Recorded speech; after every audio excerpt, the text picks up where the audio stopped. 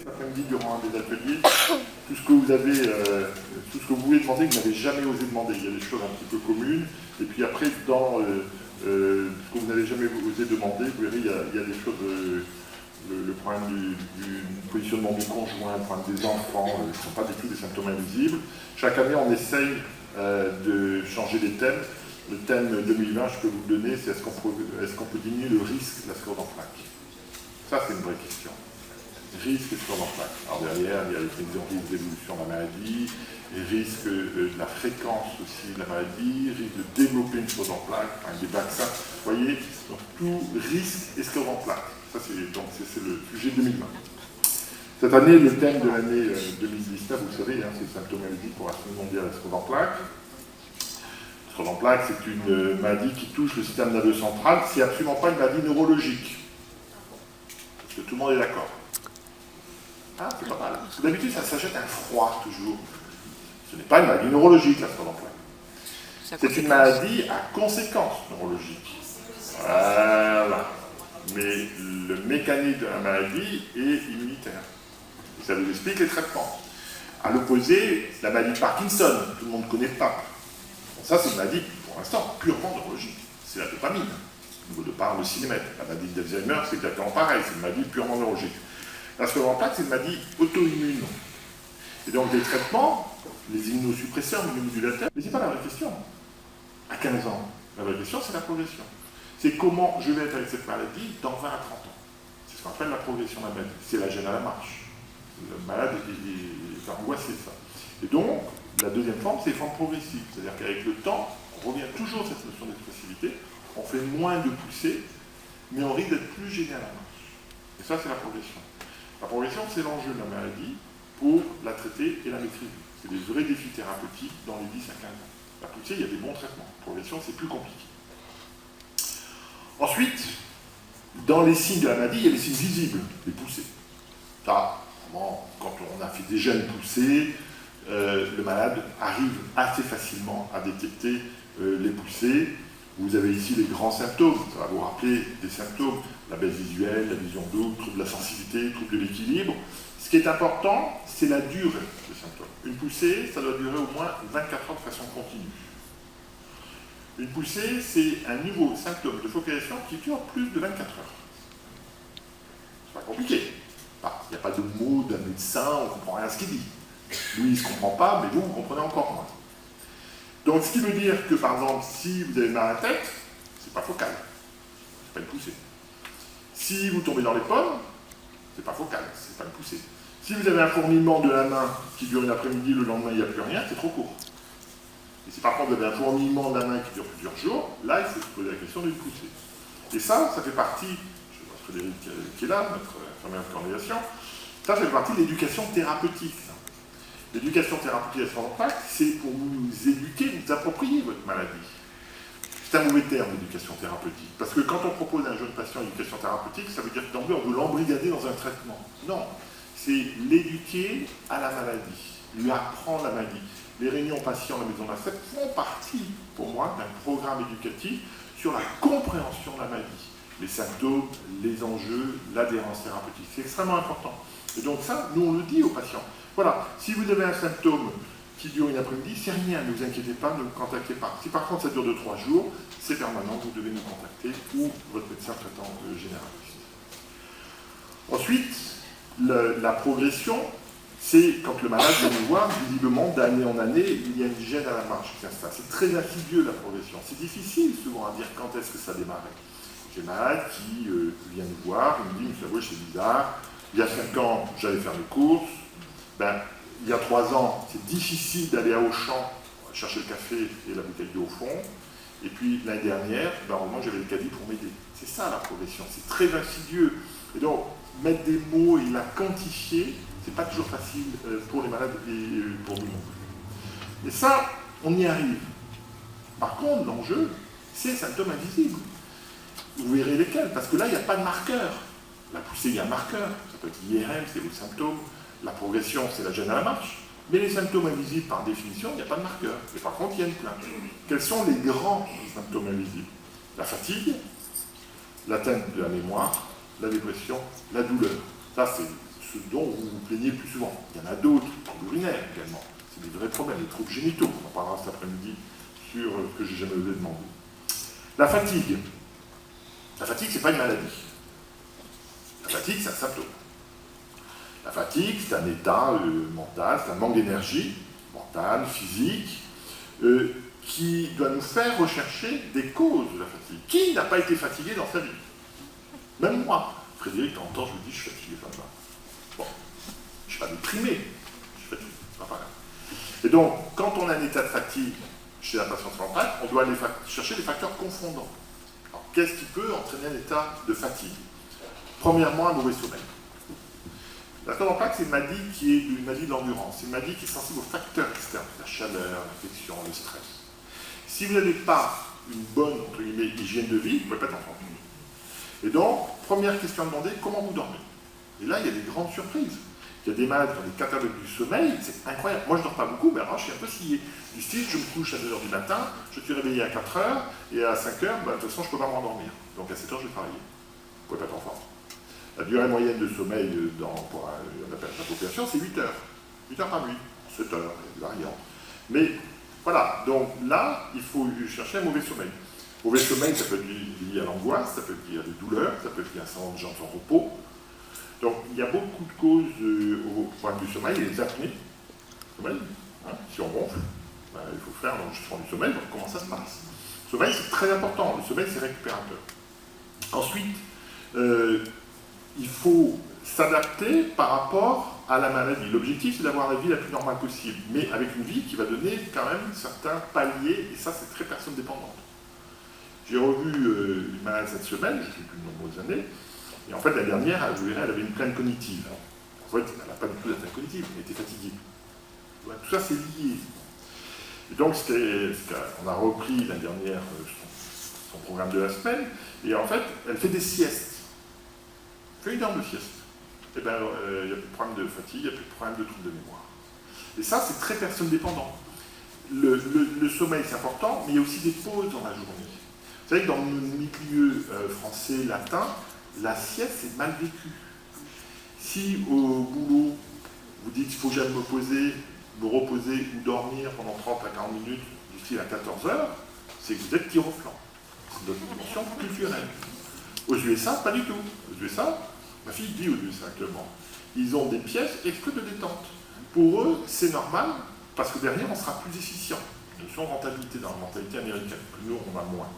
Nous, on a une vision péjorative, pas de toute production. Et donc, la sieste, si pour vous c'est récupérateur, il faut la faire. Ou le repos, ça peut être simplement une pause de 30 minutes. On reprend l'énergie. Donc, et là, chacun doit se connaître. Chacun doit se connaître. Donc, le sommeil, la sieste, les pauses compensatrices. Deuxième cause de fatigue, l'état dépressif.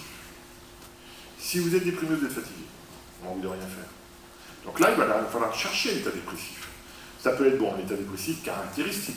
C'est-à-dire pleurer, envie de rien faire, baisse de la libido, j'ai plus envie de lire, j'ai plus envie de regarder la télé, j'ai eu un événement important, problème conjugaux, problème avec les enfants, je suis déprimé. Bon, ça, on y arrive. Et parfois, il y a des dépressions masquées. Le mal, il ne va pas arriver à la concession en disant « je suis déprimé ». Marquez là, je suis déprimé. Non, pas du tout. C'est à nous d'aller le chercher. C'est-à-dire qu'il ne perçoit pas son état émotif d'un état dépressif, mais en fait, c'est bien une dépression, ce qu'on appelle masquée, qui s'exprime par une fatigabilité. Troisième facteur environnemental de la fatigabilité, c'est l'exercice physique. Je suis un militant acharné de l'exercice physique. Pas du sport, forcément. Un peu différent. Ça peut être du sport, on va opiner la tête, mais c'est important, c'est l'exercice physique. On recommande, l'OMS recommande 30 minutes d'exercice physique régulier par jour. Marcher à pied, le vélo, la piscine, monter les escaliers. Voilà, chacun adapte son exercice physique à ses possibilités. Et ça, c'est très important de maintenir un exercice physique. Vous êtes sidéré de situations, même pas médicales, humaines. Vous avez des personnes, je ne dis même pas de malades, ils se lèvent, ils prennent la voiture. Ils arrivent au bureau, ils sont assis. Ils ont pris l'ascenseur pour monter au bureau. Ils déjeunent à la cafette assis, d'accord. L'après-midi, ils sont assis, après ils reprennent la télévision, ils rentrent, ils sont fatigués, ils ne font pas d'exercice. 5 jours sur 7. Je suis un peu cash, vous le savez très bien. Mais c'est pour marquer les esprits. L'exercice physique, c'est extrêmement important. Pourquoi? Parce que quand vous faites l'exercice physique ou du sport, vous sécrétez des endorphines. C'est de la morphine naturelle. Et l'endorphine, c'est antidouleur, antifatigue, c'est anxiolytique. Et à l'extrême, vous savez, vous avez des sportifs compétiteurs de très haut niveau qui deviennent addicts. Moi, je connais un neurologue dans la région. Un jour, on était atteint comme ça. Alors là, j'étais sidéré, quoi. Et donc, il est assez mince, même presque maigre, et il court la nuit avec une lampe frontale. Je le regarde, je lui dis, mais tu es addict. Il me dit oui. Et ça, pourquoi on devient addict? D'abord, il y a un profil de personnalité, il y a des personnalités dépendantes qui deviennent addicts de n'importe quoi, les jeux, l'argent, tout ce que vous voulez, le pouvoir. Et dans le sport, comme vous sécrétez l'endorphine, et la morphine, vous pouvez tomber dans l'addiction au sport. Et vous savez que quand il y a des sportifs de très haut niveau qui s'arrêtent de faire du sport, parfois ils décompensent sur des modes d'autres addictions ou dépressifs. Donc c'est un juste équilibre. Hein. La vie, de toute façon, c'est des équilibres. Et donc, l'exercice physique, c'est extrêmement important. J'ai revu cette semaine un patient qui a perdu du poids, du coup, qui s'est remis à l'exercice physique et qui a récupéré une bonne forme. Et sa maladie va bien. Et donc, nous, quand il y a des problèmes de fatigue, on doit aller chercher ces facteurs. C'est important parce que du coup, on est correcteur pour les malades avec des choses simples. Et deuxième point, ça veut dire qu'il n'y a pas sur l'IRM, sur la prise de sang. C'est un état. Donc déjà, le malade, il faut arriver à l'extrême de sa fatigue. Deuxième point, la fatigue est mal vécue dans la population générale. Si vous arrivez au boulot en disant je suis fatigué, le collègue il comprend que vous n'avez pas envie de travailler. Il ne peut pas se mettre à votre place. Et je dis à mes malades, il vaut mieux avoir un bon plâtre. Ah, chez le ski, bonne entorse. Quoi. On va vous tenir à la porte d'ascenseur. T'es fatigué, la porte d'ascenseur se ferme. C'est un peu ça dans la vraie vie. Et donc, la notion de fatigue, c'est pour ça qu'on fait ces réunions de patients, etc., pour que non seulement les malades, mais aussi les accompagnants, et il y a des paramédicaux, des kinés, etc., des infirmières, comprennent ce que c'est la notion de fatigabilité. Fatigue, c'est une des conséquences de la maladie. Ensuite, il y a des cycles. Parce qu'on ne voit pas qu'il y a des moments où on rentre dans des périodes de fatigabilité, et des moments où on va en ressortir. Je pense qu'on comprenne tout à fait. Ensuite, vous avez des moments également de fatigabilité, c'est la chaleur. Ça, alors là, les malades le disent. Hein. Alors nous, on est bénis des cieux. Enfin, aujourd'hui, vous avez vu le temps de... Je n'ai pas d'autre mot, de temps de merde qu'il fait. Excusez-moi, mais bon, pour un mois et demi. On a pensé à vous. Bref, en plein mois de juillet, c'est catastrophique. Juillet, août, pour les malades, la globalité des malades sont fatigués. Et c'est pas une vue d'esprit. Donc ça, c'est compliqué. Alors, ce qu'on peut faire pour la fatigue durant l'été, c'est des douches froides, c'est éventuellement la climatisation. Pour un malade, on a réussi dans son milieu professionnel à avoir un climatiseur, un malade. Parce que tout ce qui est, employé, on ne veut pas payer, bien sûr. Après, il travaille dans un AGECO, avec les 42, bon, donc on y est arrivé. Mais voilà, c'est compliqué, la fatigabilité et la chaleur. Ensuite, une fois qu'on a éliminé les autres causes, la fatigue, eh ben, on va essayer de la traiter. Alors, de quoi dispose-t-on aujourd'hui au niveau des traitements? Alors, Biogène m'a demandé de ne pas mettre le nom de médicament sur la diapositive, je n'ai pas respecté ce que m'a demandé Biogène par conflit d'intérêt, mais on ne m'a pas interdit de parler. Bon. Donc, comment on traite la fatigue? Bon. Une fois qu'on a éliminé les facteurs confondants, il y a, comme médicament, il y a le lévocarnil, c'est la carnitine en fait. C'est une protéine, carnitine, hein, c'est une protéine. C'est de 2 à 4 flacons par jour. Le riz, c'est la diarrhée. Et c'est très personne dépendant. Il y a des malades qui disent clairement, ça m'améliore. Et il y a des malades qui, au bout de 2 mois, disent, ça n'a rien changé. Ensuite, il y a un vieux médicament qui est la Montadine. C'est un médicament qui est donné il y a 30 ans dans le Parkinson. Ça marche. Voilà, il faut les essayer. Ensuite, il y a le Modiodal, le modafinil. C'est un médicament du sommeil. Le Modiodal, c'est un stimulant dopaminergique, en fait. Vous savez, quand vous avez des pilotes, notamment des pilotes de chasse, qui ont des vols nocturnes, qui prennent du Modiodal pour ne pas dormir. Oui, c'est un stimulant. Il n'y a pas de risque. Et on l'essaye dans la fatigue, on peut échapper à 3 comprimés par jour, et les malades, il y a certains malades qui sont répondeurs au Modiodal. Donc voilà, il faut trouver la molécule qui va améliorer le malade. Ensuite, quand il y a une fatigabilité, ce qu'on peut proposer, c'est des reprises en charge au niveau NPR, ce qu'on appelle un rentraînement à l'effort. Ce n'est pas l'actiné, ce n'est pas la rééducation. Les critères d'indication, c'est des malades qui sont stables dans la maladie, qui n'ont pas de progression de la chaîne de marche, où il y a une fatigabilité. Et là, on les prend avec un coach, en fait, où on les fait travailler en groupe pour le rentraînement à l'effort et l'exercice physique. Le programme, c'est Step Energy. C'est un programme qu'on a développé avec les gens de la Péronie, qu'on a transposé maintenant à la Malou, en centre de rééducation à Coste-Florée. Et les malades sont extrêmement contents de ce programme. Alors, il y a en gros 5 à 6 malades par séance. Il faut vraiment les faire travailler comme un coach. Ensuite, il y a des stratégies. Quand il y a une fatigabilité, on voit le périmètre de marche du malade, à 700 mètres. On dit, voilà, si à 700 mètres vous allez bien, mais à 900 mètres, je commence à être fatigué, vous arrêtez avant le seuil de la fatigue, 700 mètres. Mais par contre, dans un mois, vous allez faire 800 mètres. C'est l'entraînement l'effort. Mais dans un mois, vous allez faire 800 mètres. Vous allez augmenter votre capacité. Comme un athlète, ça se réentraîne, l'exercice physique. Donc il y a des stratégies non médicales. Et puis ensuite, c'est tout. Donc on voit, avant de parler des interférons, je ne sais pas quoi, on voit la difficulté sur un symptôme qui est extrêmement fréquent et finalement peu de solutions thérapeutiques à ce jour pour la fatigue d'un info. La mémoire, deuxième symptôme invisible, qui ne se plaint pas d'avoir moins de mémoire. Moi le premier, enfin j'ai encore oublié un truc. Bon. Donc la mémoire est une plainte extrêmement fréquente dans la population générale. Quand on a des patients scandopathes qui ont une plainte lévée, c'est-à-dire je mémorise moins, le plus souvent, ce n'est pas un problème de mémoire, c'est un problème de concentration. Et on rejoint la fatigabilité. Si vous êtes fatigué, si vous avez des contrariétés, si vous avez brûlé un feu rouge, vous avez perdu 3 points permis de conduire, vous ne pouvez pas mémoriser en rentrant chez vous ce qu'on vous dit. Donc, la première cause du trouble de la mémoire, ce n'est pas du tout neurologique, c'est le problème de concentration et de fatigabilité. Ça, c'est extrêmement important. Ensuite, quand visiblement on n'a pas ces facteurs de fatigabilité retrouvés à l'interrogatoire, on fait des tests neuropsychologiques. Alors, je ne sais pas si Jean-Baptiste est encore là. Non, vous êtes un atelier, notre neuropsychologue, je l'ai vu tout à l'heure. Donc là, le meilleur moyen de discriminer, c'est des tests de mémoire.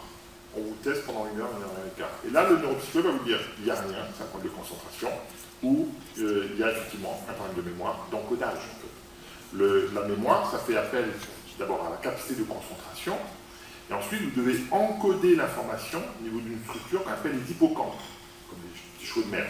L'hippocampe, c'est la face intérieure du cerveau qui va vous permettre d'encoder les nouvelles informations.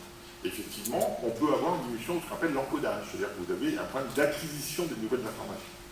Mais le problème de la mémoire dans ce problème-là, il n'est pas comme la maladie d'Alzheimer. La maladie d'Alzheimer, vous connaissez tous, c'est, vous voyez votre grand-mère, et elle a oublié que la veille, il était venu lui apporter des gâteaux au goûter.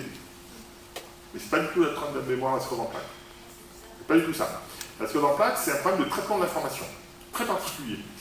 Je vous explique, vous êtes en train de repasser, le téléphone sonne, il y a la télé. Ça vous êtes peur. L'atteinte neuropsychologique de la sclérose en plaques, c'est la simultanéité des informations à saisir au même moment. Ça, c'est des vraies questions dans la maladie. Donc, quand par exemple, on soigne une secrétaire qui fait bien son métier, à partir du moment où il y a quelqu'un qui rentre dans la pièce, et le téléphone est en train de se frapper, elle ne peut pas faire les 3 tâches simultanément. Ou l'organiser pour en faire une juste après l'autre. C'est ce qu'on appelle la vitesse de traitement d'information. Ça, c'est très évocateur de la sclérose en plaques, et quand on a ce profil sur les tests, ça, c'est vraiment lié à la maladie. Alors, ce problème de traitement d'information, on essaye des traitements qu'on donne, entre guillemets, dans la maladie d'Alzheimer avec peu de succès, et ensuite, il y a des stratégies de remédiation cognitive. C'est comme le rentraînement à l'effort. On fait retravailler les patients au niveau neuropsychologique. Ça s'appelle la remédiation cognitive. On essaie de remettre en route les circuits neuraux. Donc voilà, ça c'est vraiment l'atteinte. Et en général, les malades ne se plaignent pas de ça. Les malades ils se plaignent, j'ai moins de mémoire. Le vitesse de traitement de l'information, c'est nous qui allons les détecter. Parce qu'on va aller poser des questions aux malades en disant voilà, quand vous avez 3 choses ou 4 choses à faire en même temps, est-ce que vous êtes perdu? Si c'est oui, là on les fait tester à ce moment-là pour les suivre et les objectifs.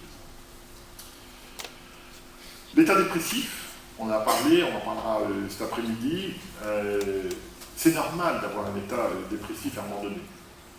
D'abord, quand on a 20 ans, on est insouciant, la vie est devant nous, etc. On ne se pose pas de questions, la vie semble infinie. Et puis, à ce moment-là, c'est une maladie chronique. De décade en décade, on a les contrariétés, les soucis, les déceptions. Donc c'est normal à un moment donné de se pencher. Je pense que c'est complètement normal dans sa vie humaine d'avoir un état dépressif. Voilà, parce que c'est trop difficile. On est tous humains, on n'est pas des mécaniques, on est humain. À un moment donné, c'est normal d'avoir un débordement de l'affect et de ne plus y arriver. Et ça, les malades sont parfois très culpabilisés de le verbaliser. Parce que c'est une notion de défaillance de soi-même. C'est je n'y arrive plus. Physiquement, on l'accepte, je ne peux plus monter les escaliers. Psychologiquement, c'est plus difficile de se dire je ne peux plus faire affronter ce qui m'arrive, dans quel domaine. Là, c'est là où la relation neurologue-sépologue et patient est très importante. Parce qu'arriver à se confier sur des choses qu'on a du mal à exprimer, déjà soi-même, c'est compliqué. Et c'est pas parce que, c'est pas en voyant un médecin pour une première fois que vous allez tout livrer. Et c'est pour ça que l'accompagnement de bien connaître ces malades, et c'est une maladie chronique, est très important pour arriver, qu'à un moment donné, quand il y a une difficulté psychologique, arriver à l'exprimer et bien sûr à le prendre en charge. Donc ça, l'état dépressif, il ne faut jamais l'oublier. Moi, je demande toujours, mais Clarisse, vraiment, je pense, et Xavier, on demande toujours le moral, comment ça va. On essaie de sentir. Donc ça, c'est important, l'état dépressif.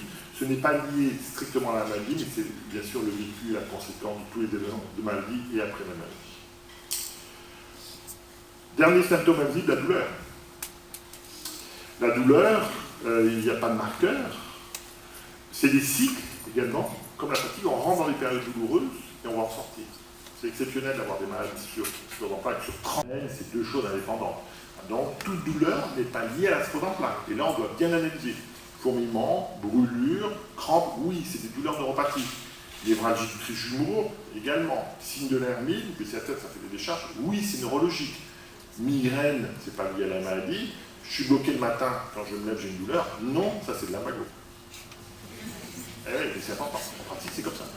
Donc voilà, donc il y a une analyse de la douleur avant de dire tout est lié. Parce que le problème, c'est souvent, les gens qui ne connaissent pas, et je vais être un peu cash, les médecins généralistes, dès que vous avez une sclérose en plaques, vous avez quelque chose, c'est lié à la maladie.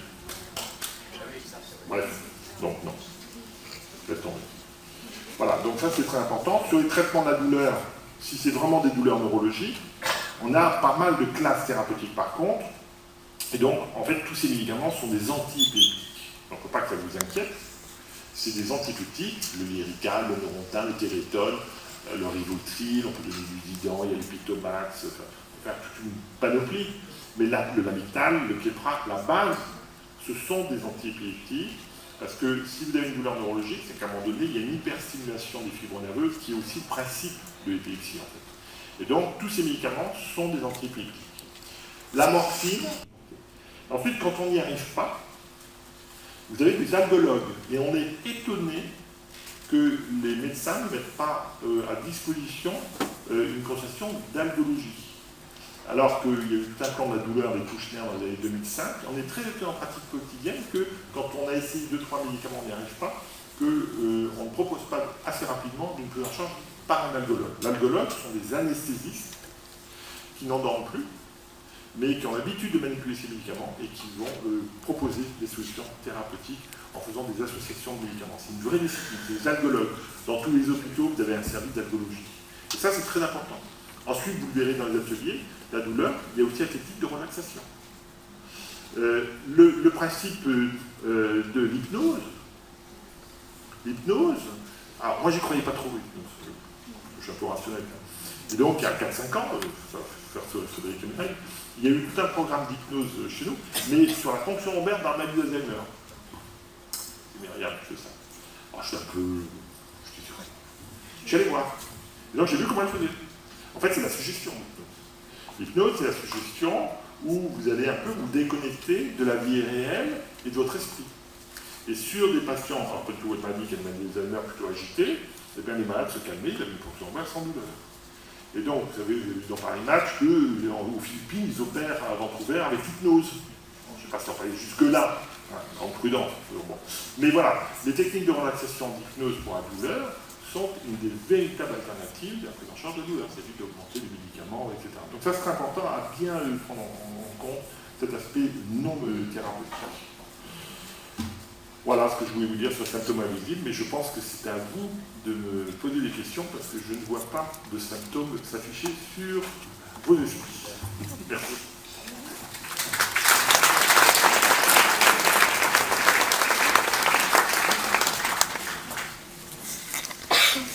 Professeur, bonjour. Je suis là. Je voudrais savoir si la maladie est transmissible, voire pour les couples qui attendent un enfant ou qui veulent un enfant. Alors, on va en parler tout à l'heure. Ce n'est pas une maladie transmissible. Alors, quand vous dites transmissible, c'est transmissible à qui?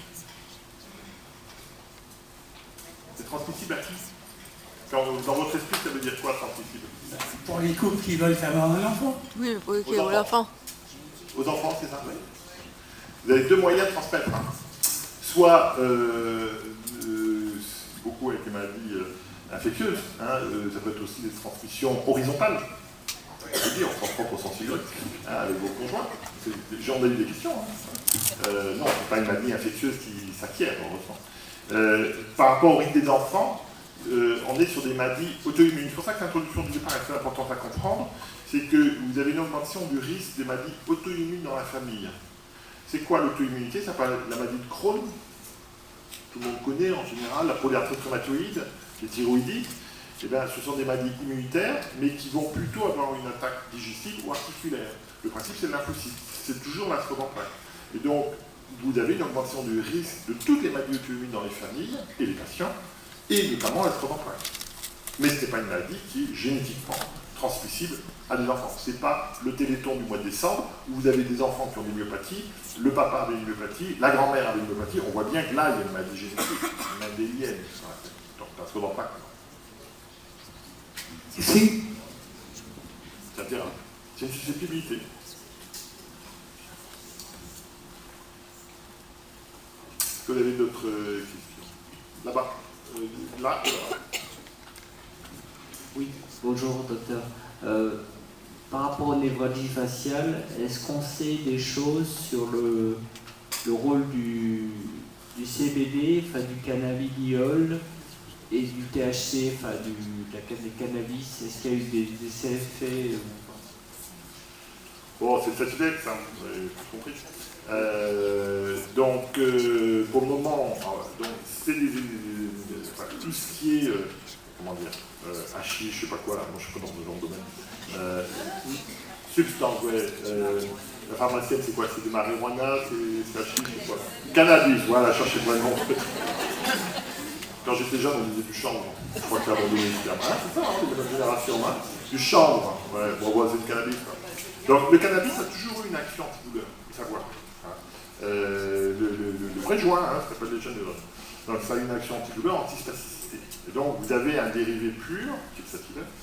Vous savez que le sativec, c'est vraiment dérivé de plants en fait, de marijuana. Hein, les champs sont en Angleterre. C'est vraiment des champs très surveillés, etc. C'est pas un dérivé de synthèse. C'est vraiment tiré du champ, mais ils ont extrait effectivement le CBD, je ne sais jamais, qui n'a pas d'effet hallucinogène, qui garde l'effet antidouleur. Donc oui, c'est une action antidouleur, cannabis au sens large. Aujourd'hui en France, on n'a pas le droit de le donner, il n'y a pas d'homologation. La NSM a rendu un avis en disant qu'il va falloir des études complémentaires de cette texte. On est le seul pays en Europe à ne pas l'avoir. Il y a un effet culturel en fait. Le cannabis, c'est le problème beaucoup plus large de la société de dépénalisation de certaines substances. Bon, moi je ne suis pas du tout dans ce genre de truc, je vous rassure. Et je ne pense pas que le cannabis soit une drogue. La drogue, la définition d'elle-même, c'est une substance qui entraîne une dépendance, une tolérance. Dépendance, c'est-à-dire que vous ne pouvez pas l'arrêter. Tolérance, vous êtes obligé d'augmenter les doses pour avoir le même effet.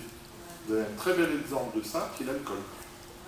Et qui est complètement socialisé en France, hein, culturel, obligatoire presque. Les jeunes, hein, le jeudi soir. Mais c'est une drogue, je suis bien comprendre ça. Le cannabis, pour moi, c'est pas une drogue, c'est plutôt une substance. C'est un peu différent.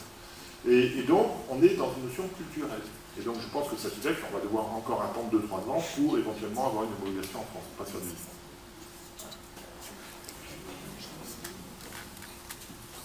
en dehors de l'homologation, parce que de toute façon, du CBD, ça se vend par Internet, et du THC, on en trouve facilement. C'est simplement, en dehors du problème, savoir si c'est autorisé ou pas, est-ce qu'on sait sur les névralgies faciales s'il y a vraiment un effet ou pas du THC ou du CBD ou des deux combinés? Est-ce que vous avez des données? Bon, d'abord, tout s'achète sur Internet. Donc, non, hein. Et deux, il n'y a pas eu d'études en domicile sur les névralgies du facial. Il n'y a pas eu d'études sur une névralgie faciale aiguë, la spasticité. Il ne faut jamais l'oublier. Hein. Les indications du satellite similaire, c'était spasticité douloureuse résistante au moins à 2 traitements. C'est ça au départ. Après, il y a une action antidouleur intuitive qui n'a jamais été médicamenteuse. Après, il faut l'étudier, je crois qu'il y a une autre question. Oui.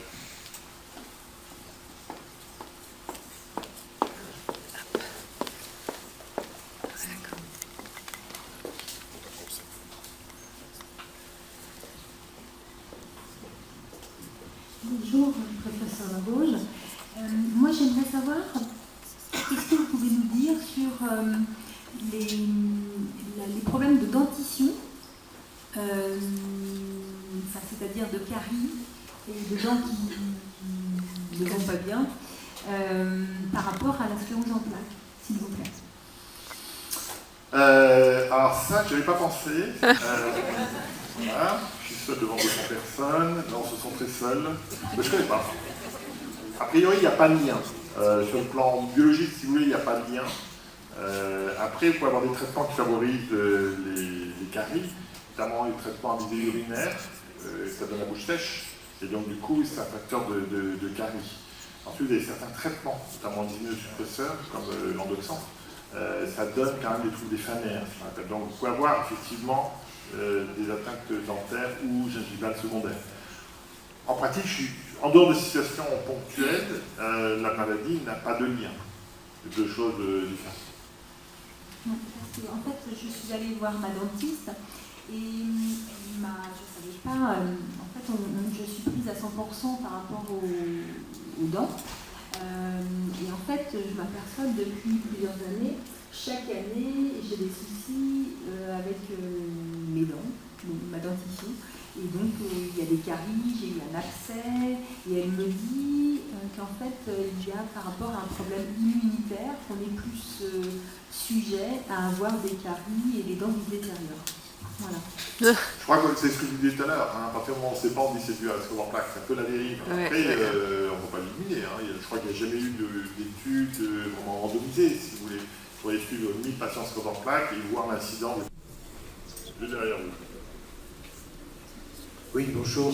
Je voudrais juste savoir si les vaccins dont on parle depuis quelque temps ont une influence sur un déclenchement de la sclérose en plaques ou si c'est, je vous donne un exemple, je veux bientôt être grand-père et je suis relativement circonspect au vaccin qu'on pourrait faire au petit bout qui va naître. Voilà. On s'éloigne des symptômes invisibles. En fait, c'est toutes les questions que vous avez posées. Donc, statistiquement, il n'y a pas plus de patients sclérose en plaques dans la population vaccinée versus la population non vaccinée. Ça, c'est la loi générale. Voilà. Bon. Donc, il n'y a pas de contre-indication à vacciner des patients sclérose en plaques, quel que soit le vaccin. Je crois que ça, c'est des lignes bien conduites. Après, je pense qu'il faut être plus mesuré. Et j'étais pour une FMC il y a une dizaine de jours, avec des messages généralistes pour leur expliquer à ce moment-là, les 30 messages généralistes. Et je leur ai dit exactement ces mots. Je pense que pour les vaccins, le médecin doit être plus mesuré dans son trajet. C'est-à-dire que vous pouvez avoir donc, des personnes qui sont non à risque, c'est-à-dire qu'il n'y a pas d'enfants familiaux qui n'ont jamais eu de symptômes, qui sont vaccinés, qui vont déclencher les symptômes de la maladie quelques temps après. Ce que je veux dire par là, c'est que ce n'est pas le vaccin qui crée la sclérose en plaques. C'est le vaccin qui, dans une maladie latente, probablement est un petit facteur, comme la chaleur, l'infection, pour déclencher un premier événement clinique. Comment on arrive un petit peu à le déduire, c'est que premièrement, donc, la fréquence de la maladie est pareille dans 2 populations différentes, vaccinées ou non vaccinées. Deuxième point, si on fait une IRM chez ces personnes qui ont fait des symptômes après un vaccin, sur l'IRM, vous avez des lésions qui sont anciennes, qui ont plus de 2 mois. Donc ça veut dire que la maladie préexistait au vaccin, même si elle s'est activée sous le vaccin. Troisième point, on a des critères d'imputabilité pour un événement médical neurologique et un vaccin, c'est quand les symptômes ont été prouvés de 3 à 9 mois. C'est-à-dire que le malade qui est vacciné qui fait une poussée le lendemain, c'est trop court. Le malade qui a été vacciné qui fait une poussée 3 ans plus tard, c'est trop court. Donc c'est 3 à 9 mois. C'est un petit peu ce qui est retenu au niveau de la Direction générale de la santé. Quatrième point, il y a eu des procédures légales d'imputabilité partielle. Donc ça, c'est, j'ai une autre casquette, hein, parce que je suis expert à la cour d'appel. Donc on voit les dossiers, notamment avec l'ONIAM, hein, c'est l'Office national d'indemnisation des accidents médicaux, hein, c'est l'ONIAM. Donc nous, on voit les dossiers de l'ONIAM. Et donc l'imputabilité, elle est partielle, c'est-à-dire qu'on estime que le vaccin a déclenché des symptômes d'une maladie préexistante. Donc il y a une petite cause, mais pas unique. C'est important sur l'immobilisation. Cette imputabilité partielle est importante parce que du coup, il n'y a pas de contre-indication pour revacciner éventuellement le patient, en prévenant qu'il y a toujours un risque de faire pousser, et les apparentés. Sérieusement, il n'y a pas de contre-indication à vacciner les apparentés. Alors, après, il y a la vie quotidienne. Deux histoires. Une de mes malades, une chose en plaque, qui n'avait pas traité à 55 ans, elle doit aller en Guyane. Le problème de la Guyane, c'est que la fièvre jaune est obligatoire. Enfin, le vaccin. Et la fièvre jaune, c'est le seul vaccin qui a été prouvé pour augmenter le risque de poussée, parce que ça multiplie par 9 le risque de poussée. Donc on discute, voilà, c'est un vaccin vivant, on discute, je dis voilà, oui, il n'y a pas de contre-indication. Mais vous pouvez faire une poussée après. Alors moi, 6 mois plus tard, voilà, j'ai dit alors voyage en Guyane. Elle me dit non, je n'ai pas voulu me faire vacciner, hein. Mon fils est plus. Il la solution. Donc c'est ça la vie quotidienne, c'est-à-dire que vous pouvez être vacciné, mais il y a un risque. En fait, dans la maladie, on gère sans arrêt des risques. Donc elle n'a pas prendre le risque du vaccin, et elle préfère faire venir son fils. Deuxième situation, qui est complètement différente. Petite malade, il y a donc 2017, 17 ans, qui a été vaccinée contre le papillomavirus. Vous savez qu'actuellement, les adolescents sont tous vaccinés contre le papillomavirus. À l'inverse, j'ai vu une patiente hier pour un suivi de sclérose en plaques qui a déclenché un cancer du col utérin à 32 ans sur un papillomavirus. Donc c'est compliqué le papillomavirus. Je crois que les gynécologues ont pas mal de données pour dire que le vaccin diminue fortement le risque de cancer du col utérin chez les jeunes femmes à 30-35 ans. Donc, cette petite jeune, donc, elle habite juste à côté de Montpellier. En 2017, son médecin généraliste lui fait le papillomavirus et elle a 16 ans. Donc voilà, il n'y a pas de problème, l'histoire quotidienne des médecins généralistes, elle a fait une première poussée un mois après, avec des lésions sur l'IRM qui étaient effectivement anciennes et récentes. Donc, du coup, qu'est-ce qu'on fait? Et vous savez qu'il y a 2 injections dans le papillomavirus. C'est 2 injections. Donc, du coup, elle n'a pas eu, bien sûr, la deuxième injection, du contexte. Mais elle a une sœur. Elle a une sœur qui a un an de moins. Est-ce qu'elle va être vaccinée? Donc, il y a toutes ces questions qui se posent, même si aujourd'hui, on n'a pas d'argument pour dire que le papillomavirus déclenche la sclérose en plaques. Donc, on peut vacciner la population générale. Mais par contre, attention, quand le médecin général dit oui, aucun risque, vous faites vacciner, et qu'il y a un pépin de premier événement inflammatoire. La relation médecin généraliste malade, elle devient compliquée à ce moment avec les parents. En disant, vous avez dit qu'il n'y avait pas de grippe, elle a fait sa première poussée. Donc toujours prudent en médecine. Bon. J'espère que j'étais assez clair pour votre question. Vous nous dites, Julien, à quelle heure il faut s'arrêter? Alors, une dernière question pour la rouge, et parce qu'après on ne va pas manger. Moi, je voulais poser une question, sinon. Je vous verrai juste après, alors, promis. Et là, parce qu'elle avait levé le besoin avant, parce que vous êtes de dos, vous ne les voyez pas. Moi, je les vois. Donc, ça va, numéro 1, numéro 2, numéro 3, numéro 1. Yeah. Bonjour. Moi, je voulais savoir, vous qui allez souvent aux États-Unis, donc savoir si on risquait d'avoir, on aura un traitement pour arriver à mieux marcher, ou à marcher tout simplement. Non. Alors, il y a déjà un traitement qu'on donne pour les troubles de la marche. Alors, là aussi, on est un peu loin des symptômes invisibles, parce que malheureusement, ça se voit. C'est le Fampira. Fampira, c'est pareil le Fampira. Il y a des répondeurs, des pas répondeurs. Par contre, ce qui a été montré, c'est que si on améliore le malade sur Fampira, il va garder le bénéfice pendant 2 ans. Donc là, il y a un vrai bénéfice. Et parfois, on a des malades qui ont depuis plusieurs années le Fampira. Puis un jour, ils n'en ont pas. Un week-end, ben, c'est mal oublié, le pharmacien est fermé, il a oublié.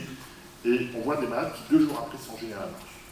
Moi, je vois très bien dans mon esprit une malade de 7, qu'une maladie peu évolutive, ben, vendredi soir, elle n'avait plus de Fampira. Et à 7, la pharmacie était fermée le samedi. Ben, le lundi, c'était compliqué la marche. Donc clairement, ça aide à la marche. Ensuite, votre deuxième question, c'est les médicaments de la remédiation. C'est ça votre question. Donc, vous avez un médicament qui s'appelle l'antilingo, médicament de l'oligodendrocyte, dont l'étude est terminée, qui s'appelle l'étude Affinity, dont on attend les résultats. Le premier résultat était négatif. Nous publions ça dans le 27 février 2017, donc toujours en prudence. Donc voilà, et après il y a d'autres stratégies à 10 ans de la remédiation effectivement. Aujourd'hui, non, il n'y a pas de médicaments qui font repousser les nerfs. Mais l'enjeu, et c'est ce que je vous disais au départ, en fait, de façon en filigrane, l'enjeu de la progression, c'est la repousse neuronale, bien sûr. Ça, c'est la question. Je peux poser une dernière? Alors, vraiment la dernière, parce que c'est vous, parce que sinon Julien, là, il rentre à Paris. Là, Parce que, comment ça se fait qu'on attrape très souvent des infections? Est-ce que c'est le fait d'avoir une sclérose en plaques ou c'est notre corps qui est comme ça, c'est moi personnellement qui est comme ça? La sclérose en plaques ne donne pas de risque infectieux. Oui, voilà, franchement. tout à fait. Non, mais... Après, vous avez les problèmes des infections urinaires, comme vous avez des petits troubles de vidange médicale, vous n'êtes pas bien la vessie, et là, vous augmentez le risque d'infection urinaire, donc ça c'est vraiment lié à la maladie. Et puis, dernier point, c'est les traitements. Vous avez des traitements immunosuppresseurs qui diminuent les défenses immunitaires, et là, effectivement. Mais une sclérose en plaques non traitée, en dehors du problème des infections urinaires, il n'y a pas de risque infectieux. C'est comme la migraine, quoi. Comme la migraine. Julien, vous voulez qu'on arrête Valérie aussi? Valérie me fait un grand signe. Bon, merci cet après-midi durant un des ateliers. Tout ce que vous avez, tout ce que vous voulez demander, que vous n'avez jamais osé demander. Il y a des choses un petit peu communes. Et puis après, dans ce que vous n'avez jamais osé demander, vous verrez, il y a des choses, le problème du positionnement du conjoint, le problème des enfants, qui ne sont pas du tout des symptômes invisibles. Chaque année, on essaye de changer les thèmes. Le thème 2020, je peux vous le donner, c'est est-ce qu'on peut diminuer le risque de la sclérose en plaques? Ça, c'est une vraie question. Risque de sclérose en plaques. Alors derrière, il y a les prévisions risque d'évolution de la maladie, et risque de la fréquence aussi de la maladie, risque de développer une sclérose en plaques, avec des vaccins. Vous voyez, donc tout risque et sclérose en plaques. Ça, c'est le sujet 2020. Cette année, le thème de l'année 2019, vous le savez, hein, c'est le symptôme invisible pour la semaine mondiale de la sclérose en plaques. La sclérose en plaques, c'est une maladie qui touche le système nerveux central. C'est absolument pas une maladie neurologique. Parce que tout le monde est d'accord. Ah, c'est pas mal. Parce que d'habitude, ça s'achète un froid, toujours. Ce n'est pas une maladie neurologique, la sclérose en plaques. C'est une maladie à conséquences neurologiques. Voilà. Mais le mécanisme de la maladie est immunitaire. Et ça vous explique les traitements. À l'opposé, la maladie de Parkinson, tout le monde ne connaît pas. Bon, ça, c'est une maladie, pour l'instant, purement neurologique. C'est la dopamine, au niveau de par le cinémètre. La maladie d'Alzheimer, c'est exactement pareil, c'est une maladie purement neurologique.